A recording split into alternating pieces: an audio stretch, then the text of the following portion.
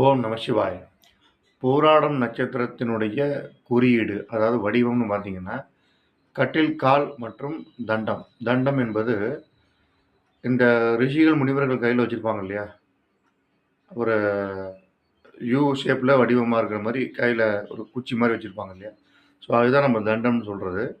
அதேமாரி கட்டில் காலுங்கிறது உங்க வீட்ல பயன்படுத்தக்கூடிய நார்மலா உள்ள கட்டிலினுடைய கால் பகுதி, கால் பகுதின்னு சொல்லுவோம்.